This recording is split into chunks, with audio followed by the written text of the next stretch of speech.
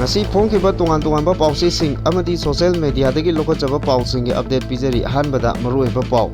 Myanmar ki police personnel amagi nupi ijat manghanbada maruina chenakiba PDF ki militant ani military junta na fare Burma ki Palm Village Jakun City da military army na lalobagi mafam singda paktakna na mai tharaga laloba sing tan khaikhre Churachandpur ki jungle fauraga Burma rom dagi drug puthok pusin tauba kuki ama chapon kep chamaga konana fare UKNA na Churachandpur da leiba yumthong khuding dagi lupa chamanga pirak naba notice thokre Kanglei Future News Update koba Facebook account ama numit humni gi manungda lupta changjarakadabani haina KCP taibang nganbana hairakli SK Deva Brahmanbu Lok Ayukta non judicial member oina wasak laukibasi Indian Institution gi article 319 thugaibani hairakli nupi amadagi centimeter 13.5 sangba 0.3 kg lumba gallbladder mai pakna longthokpa ngamle haina Dr. Sitaranjan na phongdorali PWG na Jenims ki staff singna thengnariba khudong chadaba singda yeng changlagani hairakli November ge ahum suba chayol fawbagi manungda Manipur da BJP na lusingba popular government ama lingba yana leire MU gi employee singna contractor ga manaraga lupa lakh 63 lana sizinakre haina ED na phongdorali Port ki mamal hantaragani adubu Manipur gi di khangba ngamdri Numit nini ki khongsatta NPP ki president Imphal da thunglare Manipur da shanti thamnabagi ground reality sing yengsinba lakpani haina sangmana phongdoragli signature campaign chatpada police ka sauna muknaba thokre haukiba pung kunmari da dengue ki case 39 positive oikre leisemba chana jawba dengue na nakre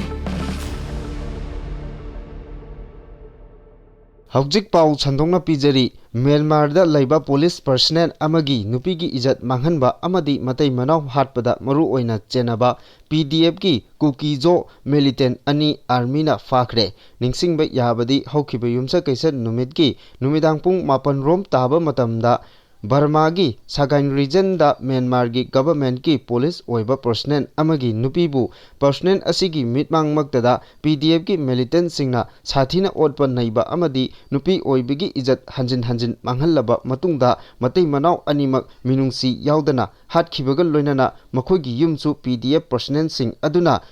tumna mai thadokibani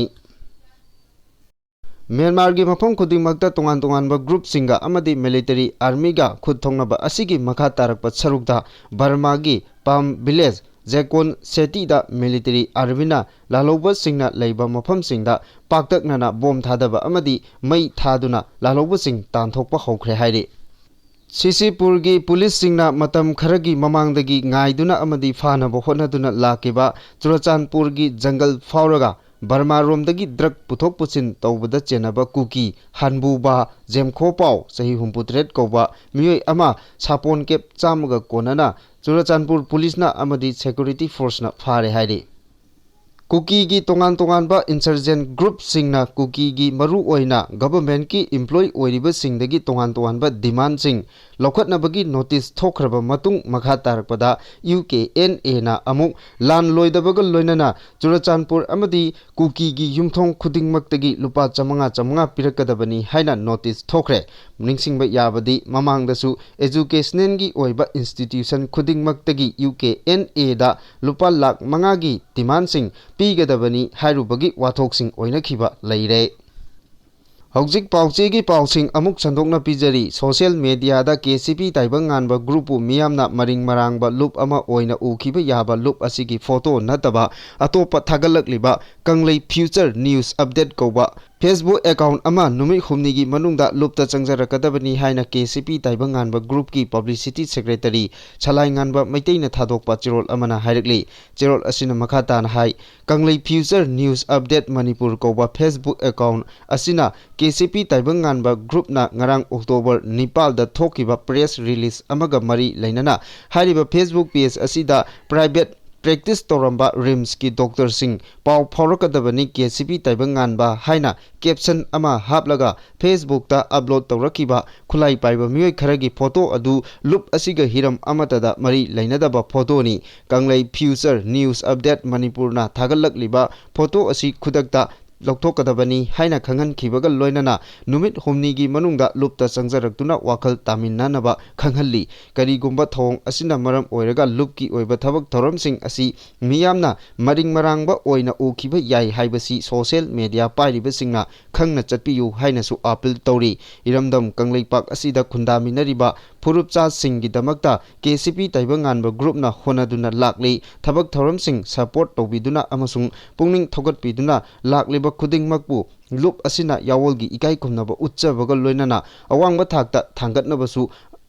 होनादुना लाक्ली KCP Taibanganba group की महुत सिंदुना operation on eradication of the public enemy KCP Taibanganba ग्रुपना इरमदम कंगलेपाक असिदगी अरान अहुई तौरिबा खुदिंगमक मरु फंगना मुथतनबा होनरिबा असिबु थुगाइनबा अमसुंग फागी ताहनबा होनरकपा कयासु ngasi फावबा थेंगनादुना लाक्ली अरोइबदा हाइरिबना लुपकी मरी लैनबा थबक थौरमसिंगी ओइरगदी अपाम पामदा कमेंट पीबना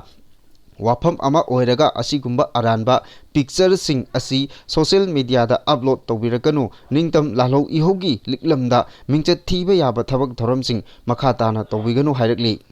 थाजबा याबा सोर्स अमगी मतुंग इन्ना अनोबा लोक आयुक्तगी मेंबर एसके देव बर्मन हापदा पीआर सरकारना इंडियन कॉन्स्टिट्यूशन की आर्टिकल 319 तुगाइरे कॉन्स्टिट्यूशन की मतुंग इन्नदी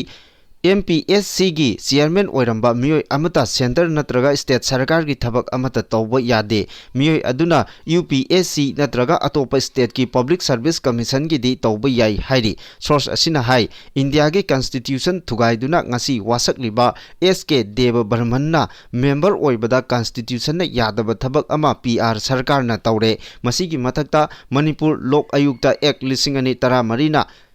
सेलेक्शन कमिटी की चेयरमैन असी चीफ मिनिस्टर ना ओइगदबनी हाइरी अदुगा speaker opposition leader high court की चीफ जस्टिस अमदी अफावा लो खंगवा मी अमना मेंबर मरी लेगनी हाइरी लूरिबो वाफम दी प्रेसिडेंट रूल मनुंगदा चीफ मिनिस्टर याउदना गवर्नर ना करी करंबा पावर सिजिनदुना सेलेक्शन कमिटी अमा एक असीगी वांगवदा सेंबा ngambra हाइना हंगलगली कना कना सेलेक्शन कमिटी की मेंबर नो मियाम ममांगदा सेंगदोकबा मथौ तारी थाजबा याबा सोर्स असीगी मतुंग इन्ना लोक आयुक्त एक असिदा मियोय मंगाना साबा सेलेक्शन कमिटी असी मसिंग पुना सुद्रबसु मथौ पांगथोकपा याई हाइबा वाफमदी यावरी अदुबु सेलेक्शन कमिटी की चेयरमैन की फम असी CM की महुता गवर्नर ना सिनबा याई हाइबदी पंदे मसिगी थोंग असिना लोक आयुक्त मेंबर हापसी वाथोक ओइरे SK देव बर्मन असी 2019 की मार्च 19 चलिबा सही 2015 की जनवरी 12 फावबा MPSC की चेयरमैन सु ओइरंबा मिसोय अमनी हाइरी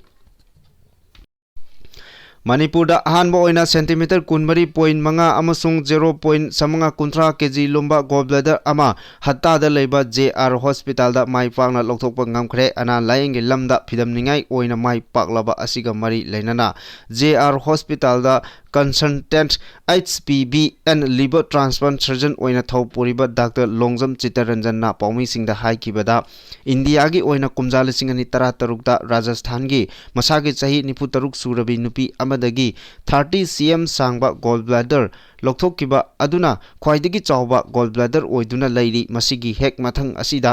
October 2 हॉस्पिटल असिदा मसागी चही 94 सुरबी ओइनाम सोंगबुंगदगी मिस्ट्रेस गोलमई प्रतिमा दगी लौथोकिबा 24.5 cm सांगबा गोल ब्लैडर असिना अनिसुबा ओइरी हाइकिबगा लोइनना डॉक्टर असिना मखाताना फोंदोकपदा हाइरिबा अनाबा असि गोल ब्लैडर पाइप की ओइबा कैंसर नि हाइबा खंगलबा मतुंग ऑपरेशन अदु पांगथोक्तुना लौथोकिबनी मसिदा नतना लमदम असिगी मियामना अरुबा सर्जरी अमा लेरकपा मतमदा मपाल लमदा चटलिबा सिंग असि लमदम असिदसु असि गुमलबा अचौबा सर्जरी सिंग माइ पाकना तौबा ngamle हाइबा वाफमसु फोंदोखि मणिपुर लेंगांगना अहानबा ओइना लौखतखिबा मेडिकल कॉलेज जेनिम्स की हौजिक स्टाफ सिंगना हौजिक थेंगनरिबा खुदोंग चादबा सिंगदा मियेंग चंगलगनी हाइना KCP PWGMC यूनिफिकेशन ना फोंदोरकली लोना थिंक्रबा लुप असिगी PR और सिंखै nganbana थादोरकपा चिरो अमना हाई सेंट्रल गवर्नमेंट की मेडिकल कॉलेज ओइना लेरिबा रिम्स दा असिस्टेंट नर्सिंग सुपरिटेंडेंट 9 लेइबदा जेनिम्स दा 53 लै रिम्स दा नर्सिंग सिस्टम 133 लेइबदा जेनिम्स दा 163 लै रिम्स की ओइना अनाबा लायंगबदा बेट 1953 लेइबदा जेनिम्स की 7 के 58 लै जेनिम्स दा मरम लैतना प्रमोशन पीबदा हौजिक जेनिम्सदा कनाना थबक सुगदगे हाइबा प्रॉब्लम अमा चाउना थोरकली वानोम लगा पंग्यादा यारगदी इंस्टीट्यूशन असी करी फिबम ओइरकदगे मिचंग संग लेजदबा स्टाफ सिंगना कमदौबा असिगुम्बा फिबम असिदा जेनिम्स की ऑथोरिटीना हौजिक असिदा थबक सुगदबा स्टाफ नर्सिंग मरमदा खंगद्रिबा करिगिनो हाइनसु चेरोल असिना हांगली मणिपुर गवर्नमेंट की डिपार्टमेंट खुदिंगमक्ता प्रमोशन अदुमक पिनै अदुबु जेनिम्सदा पीबा अदुमक्ति पोस्ट अमदा नर्सिंग सिस्टम 98 प्रमोशन पीबगी करी मरम नो हाइना हांगलगली लाकदोरिबा मथंग था नवेंबर की अहुम सुब चयोल फावगी मनुंगदा मणिपुर बीजेपी न लुचिंगबा पॉपुलर गवर्नमेंट अमा लिंगलबा याना लैरे दिल्ली दा हौजिक कैम तौदुना लैरिबा बीजेपी की एमएलए सिंह अदुना मणिपुर भवन दा BJP north east coordinator Samit Patra अमसुंग मणिपुर इंचार्ज अजित गोबाचादे उनदुना अथुबदा मणिपुर दा पॉपुलर गवर्नमेंट अमा लिंगनबगी मतंगदा वाखनक्रब मतुंगदा मखाताना BJP national president JP Nadda गा उनगनी हाइरि पावगी सोर्स असिना मखाताना हाइ दिल्ली दा कैम तौदुना बीजेपी की एमएलए सिंह अदुना मणिपुर अथुबा मतमदा पॉपुलर गवर्नमेंट अमा लिंगलगनी हाइबगी थाजब पिरखरे हाइरि अमरोमदा ngarang समित पत्र अमसुंग अजित गोपचादे यावना पांथोखिबा मिफम अदुदा यामना पॉजिटिव ओइखिबा अमदी मिफम अदुदा बीजेपी की एमएलए सिंह की माइकैदगी हौजिक फावबा पार्टी की सीनियर लीडर सिंह मकोइना उननबा होनबदा अपॉइंटमेंट फंगदना लैरिबा अदुगी मतंगदा वाफम कयासु पुखटकी अदुबु मिफम अदुदा समित पत्र की माइकैदगी हौजिक असि बिहार की असेंबली इलेक्शन लैबना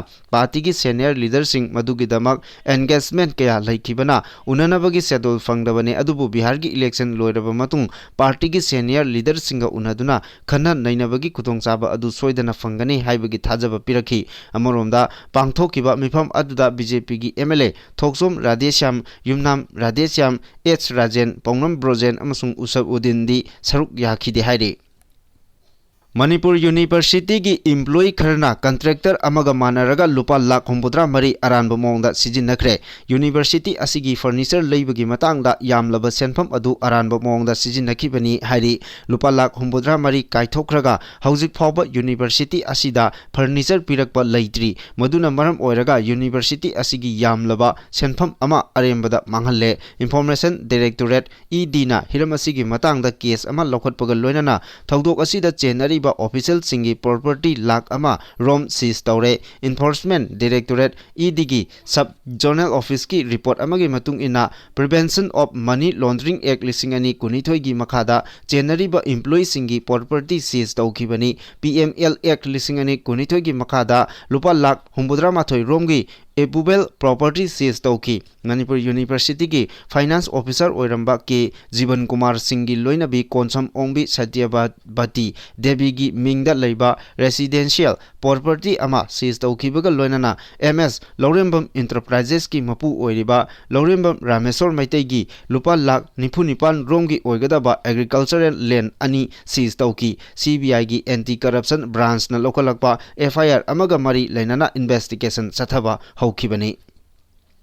लेबाक असिदा लौरंबा जीएसटी अक्टोबर 12 दगी हंधरकदोरिबा मरमना मरुओइबा पोचैगी ममल सोइदना हंधरगनी हारिबा जीएसटी की रेट असि 19 दगी 5 दा 15 दगी 19 दा नत्रगा सुंगलौ लौदबा कया असिना मरम ओइबा पोलम कया होंगना फंगलगनी जीएसटी हारगा गुड्स एंड सर्विसेज टैक्स आइना खंगनरिबा इनडायरेक्ट टैक्स मखल असि होकिबा कुमजा 2013 की मार्च 19 दा पार्लियामेंट ता पास तौखि अदुगा चनबा होकिबना कुमजा 2013 की जुलाई की चैचत अमा दनी होरकपदा जीएसटी रेट असी यामना मोंग मरिल नाइदना का हेना रेट वांगना टैक्स लौबगी चांग असिना पोचैगी ममल अदुकी मतिक वांखलकपा थेंगनकी नोमदा चंगदबा याद्रबा पोलम कया हिदाक लांगथक कया की ममल लेप लैतना हेंगलकपा थेंगनकी कुदम ओइना पल्लबदा कुमजा 2013 ता लुपा 30 पिरंबा हिदाक अदु मसागी ममल तांखलकपा सेनगी वैल्यू हंथरकपना मरम ओइदुना सुमनगी सही 9-10 असिदा जीएसटी की रेट चांग वांगना लौबा असिगा पारगा सही असिदा लुपा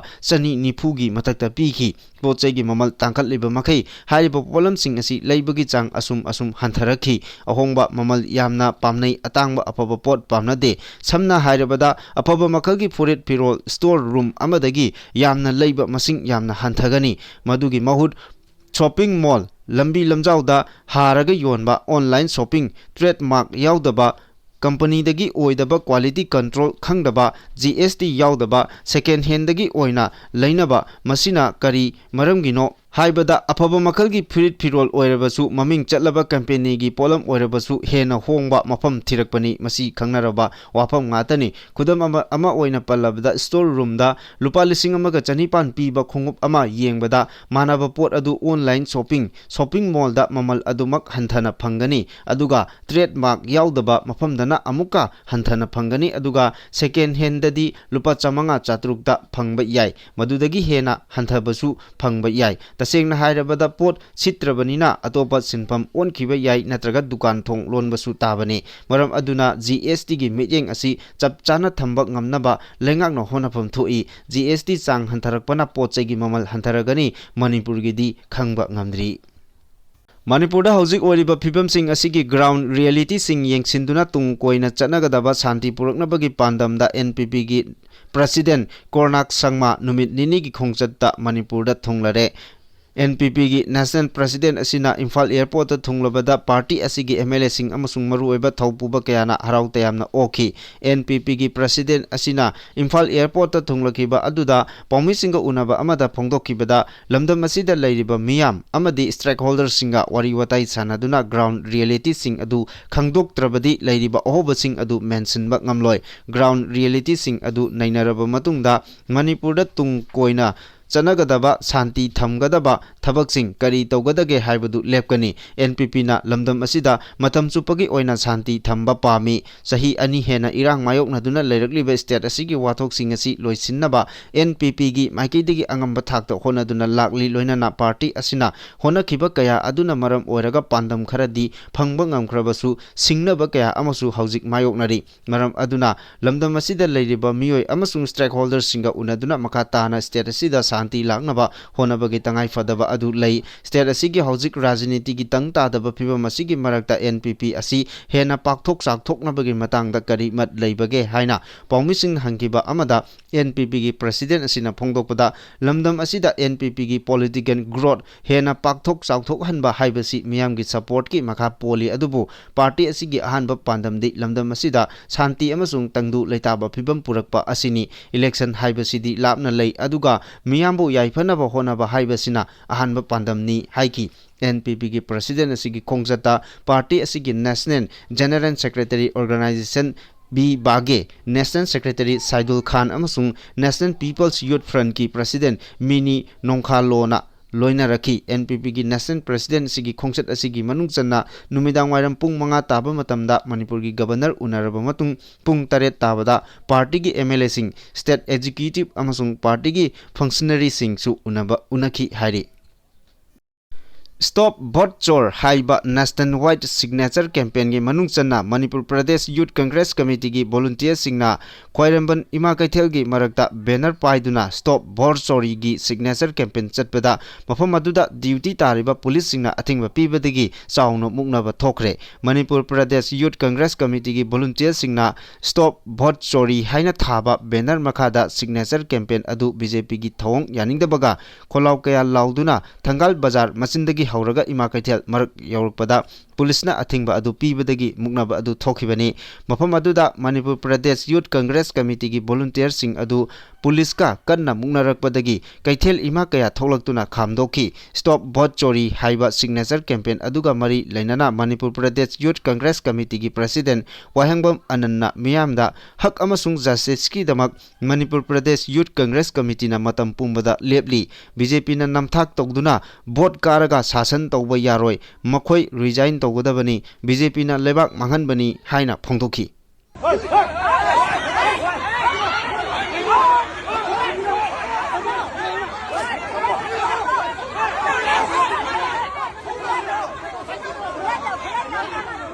मणिपुर डेंगी की लाइचत की निंगाई ओइबा थाकता खुमांग चौक्सिन संदोरगली हौकिबा पुंग कुनमरी खक्तदा स्टेट असिदा मियोय 94 पॉजिटिव ओइक्रे नौना पॉजिटिव ओइकिबा मकोय 94 असि हापसिलगदी चही असिगी डेंगी नाबा मीगी मसिंग लिसिंग अनिगा कुन यौरे चांगचत असिदा मियोय पॉजिटिव ओइबगी चांग नोमगी हेंगलकलगदी चही असिगी नवेंबर था चंगलकपदा ममांग चहीगी रेकॉर्ड थुगाइदुना डेंगी नाबा मीगी मसिंग लिसिंग अनि चामंगा हेनखरगनी हौकिबा पुंग कुनमरी दा इम्फाल वेस्ट डिस्ट्रिक्ट की ओइना मियोय 30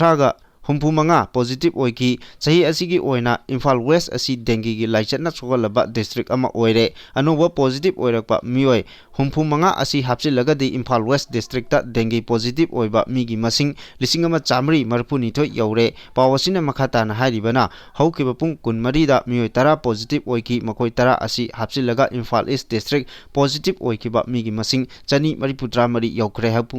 हौकिबा पुंग कुनमरीदना बिष्णुपुर डिस्ट्रिक्ट मियोय अनि अदुगा तामेंगलोंग डिस्ट्रिक्ट मियोय अमा पॉजिटिव ओइकी ngasi फावबदा फेरजोल अमसुंग जिरीबाम डिस्ट्रिक्ट की डेंगी पॉजिटिव ओइबगी रेकॉर्ड अमा फावबा लाखिद्रे मखा तारकपदना मणिपुर की राज्य सभा की एमपी महाराजा लैसेंबा छनाजावबा डेंगी पॉजिटिव ओइरे मसिना मरम ओइरगा लेबा की थबक थौरमसिंगदा मतम खरा सरुक याबा ngamkhiroi haina एमपी की पीए मैस्नाम सीबदत्ता लुवांगना मियामदा खंगहलकली मणिपुर लेंगांगना थोकिबा ऑर्डर अमगी मतुंग इन्ना आईपीएस ऑफिसर 13 यावना पर्सनल 39 ट्रांसफर तौदुना मखोइना नौना पुगदबा मफमसिंग लाउथोखरे ऑर्डर असिगी मतुंग इन्ना निंगसेन मुरंगम आईपीएस ना आईजीपी इंटेलिजेंस एनएबी अमसुंग IGP Zone 2 अमसुंग DIG Telecom पुरगनी जोगेश चंद्र हौबीजम IPS ना DIGP AP1 N Herojit Meitei IPS ना DIGP AP2 P Golmon Singset ना IPS ना DIG CID CB NBA cyber crime की थबक पुरगनी महारबम प्रदीप ना DIG रेंज 2 अमसुंग इंचार्ज ओइना DIG इंटेलिजेंस पुरगनी राकेश बालवाल IPS ना DIG रेंज 1 अमसुंग अहेनबा ओइना DIG रेंज 2 इंचार्ज ओइना पुरगनी निंगसेन बासुमना DIG रेंज 4 सेबान सुरबेना SP Imphal east KHH Ravi Kumar ना CO तरुक सुबा MR मनोज प्रभाकर ना SP थौबाल ओइना पुरगनी October 8 नुमित असी प्रीपाक प्रो की फिंगांग लानमी छाफोंबगी 94 सुबा नुमितनी लेबाक गन्नबगी चथरिबा लांथेंग असिदा थवाई कटखरबा पुमनमकी मफमदा यावलगी इकाई खुमनबा पिजरी अवा अना असोक अपन नंगलबा मांगखिबदगी थीबा फंगद्रबा अमसुंग लांजेन नरकलिबा इमुंग मनुंगी अवा पोलुमदसु पार्टीना सरुक यारी थौना लेना लांथेंग असिदा सरुक यारिबा इरेचा अमसुंग इमा इबेल पुमनमकपुसु थागतचरी हाइना प्रीपाक प्रो की चेयरमैन लोंगजम पालीबा एमना थादोकपा चिरोल असिना हाइरी चिरोल सिन मखातान हाई लेबा खुनाई अमा मुथरकपगी खुदम ताकपसी फुरुप मसेल मुक्नबगी लाल थबक फंगदबगी चांग वांगबा तीनबा लोइनबा ngamnadaba climate change ta pungning changminadaba bat rate nemlakpa thawai yauna thabak sudaba asinani asoiba aranba thabak adu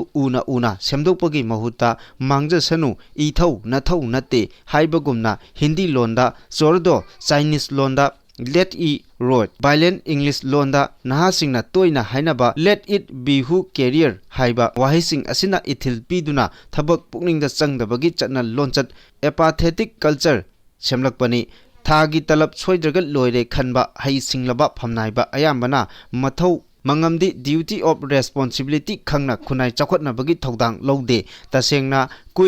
Quitting oina thabak sujinai makhoigi asi lengak lon gi power paiba intellectual elite kangbuni phamnaiba sing asi manungda mitop amadi mayang lamdagi posting lakpa singna mathak thongna lejarabasu yelongmi singna punna leminarabadi makhoina pangthokpada tawba ngamloi luribadi ireichagi elite ayambadi irei baki damak khanba social intellectual elite oinaba sengotpagi mahuta ahallaman singna weight and power gi pandamda semgat nei aduna chitharaba khunai asi sengwatpada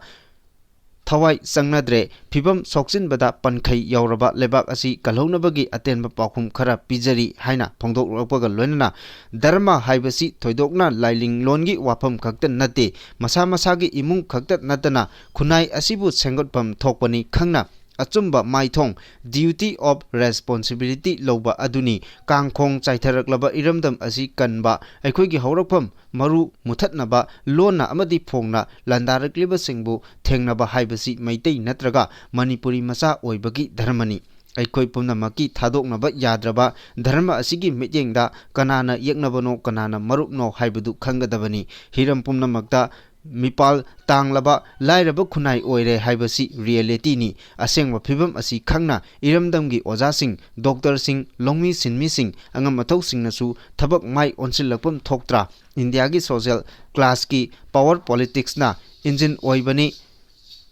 ꯑꯁꯤꯒꯨꯝꯕ system ꯑꯁꯤ ꯃꯅꯤꯄꯨꯔꯗ ꯁꯟꯗꯣꯔꯛꯄꯗꯒꯤ social class ꯄꯤꯔꯥꯃꯤꯗꯀꯤ ꯃꯇꯣꯟꯗ ꯂꯩꯅꯤꯡꯕ power ꯄꯥꯏꯅꯤꯡꯕ ꯂꯥꯏꯔꯤꯛ ꯍꯩꯕ ꯃꯤꯑꯣꯏ ꯀꯌꯥꯅ ꯄꯤꯛ ꯊꯜꯂꯦ ꯃꯃꯤꯡ ꯂꯩꯔꯕ ꯃꯦꯀ꯭ꯔꯣ ꯍꯦꯔꯣꯁꯇꯦꯔꯤꯌꯟ ꯄꯤꯇꯔ ꯇꯣꯔꯤꯟꯒꯤ ꯋꯥꯍꯩꯗ इलिट ओवर प्रोडक्शन की फिवम दा लेरबदी मखोई मसेल पावर मुन्नरकपदा खुनाई अदु कांखोंग चाइरकपगी मरमनी हाइना फोंदोरकली मखा तारकपा अरोइबा पाउदा एडिटोरियल कलमदगी मचंगोइबा पाउ लौखचरी लुचिंगबसिंगना नुपा थोकना थबक तौदबना बिख्यारी ओइना उहल्ले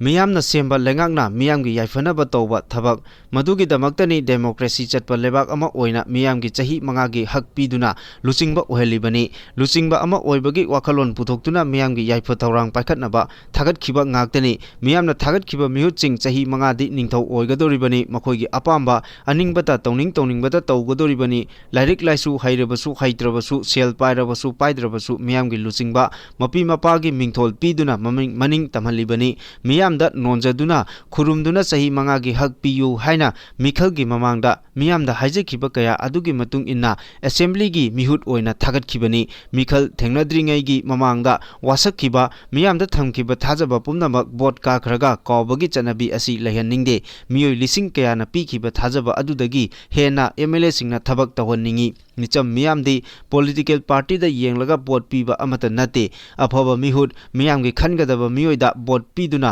डेमोक्रेसी की फजरब तांगबलदा फमनखिबनी हाइबसी कवनिंगदे अदुबो बोट काखरगा मियामबो काउथोकपा मसा मसागी ओइजबा फंगनबा होनबदगी लेबाक कांखोंग चाइरकपनी हाइबसी मतम पुमनमक्ता काउदबा फै मणिपुर हाइबा मनिंग मखा तमना पांजरंबा लमदम असि इंडियागी सरुक अमा ओइखरबा मतुंगदा डेमोक्रेसी की सुपली पुंबा सिनखिबनी फुरुप कयाना पुल्लगा सेंबा मणिपुर की सक्तम चनबी कया ngak chenduna thamnaba honabada luchingba singna nupa thokpa thabak kharadi changi haukiba sahi lisingani kulumdoi me ahumdagi satharagliba lal asi luchingba oiriba kendra humfugi MLA singna nupa thoktabadagi thokpa lani haibasi mipum khudingmakna khangi kuki narco terrorist ki luchingba oiriba MLA tarana kuki miyamgi apamba makhoigi hak makhoigi aningba khangna thabak tawraga lemhauriba mitei naga mitei pangal MLA yangkhaina makhoigi miyamgi apamba khangdaba haibasi ikainingaini mayum magai thadokduna lanjenaraklaba miyamda natana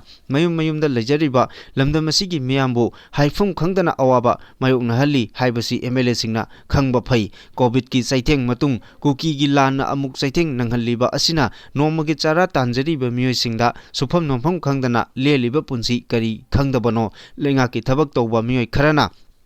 साफरबसु नोमगी चारा तांजरीबसिंग असि करी ओइरमगनी अवाबगी चैथेंग मरक असिदा नोमगी तंगाई Fadna चंगबा नापसागी Cheng मियामदा मतम चाना फंगनबा ngamdraga कैथेलदा ममन वांगना योलिबा सब्सिडाइज रेटता मियामदा LPG फंगनबा ngamdraga ब्लैकदा मरांग काइना फंगलिबा नोमगी तंगाई फदना चंगलिबा पेट्रोलियम प्रोडक्ट्सिंग बन तौगदौरे ब्लॉकेट तौगदौरे हाइबगा पम थोंग लोलिबा असिदा मरी लेनबा ऑथोरिटी सिंगना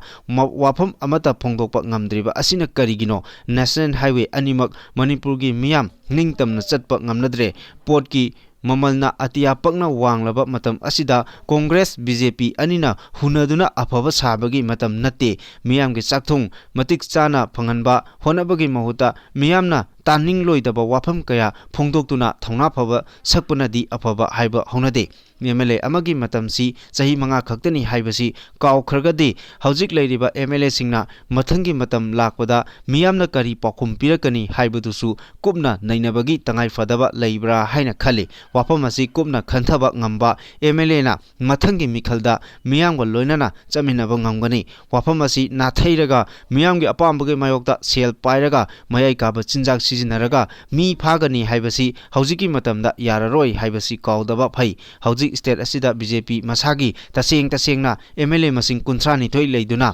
मेजॉरिटी लेना वाखलोन मानदबा फम मुनबगे इथक इरांगदा स्टेट असिदा प्रेसिडेंट रूल थमजिनख्रे चलाइरी MLA मसिंग ख्वाइदगी यामना लेदुना मेजॉरिटी ओरिबा BJP ना लुसिंगबा स्टेट लेंगाक असिबो CM फम थादोहल्लबा मतुंग प्रेसिडेंट रोल थमजिनबा हाइबसी यामना तांगना थोकपा थौदोक अमनी मणिपुर की पॉलिटिकल की पुवारी दसु तांकक असी लेंगदना लेहौरगनी हौकिबा मणिपुर की लेजिस्लेटिव की वारीदा मतम मतम की लेकिबा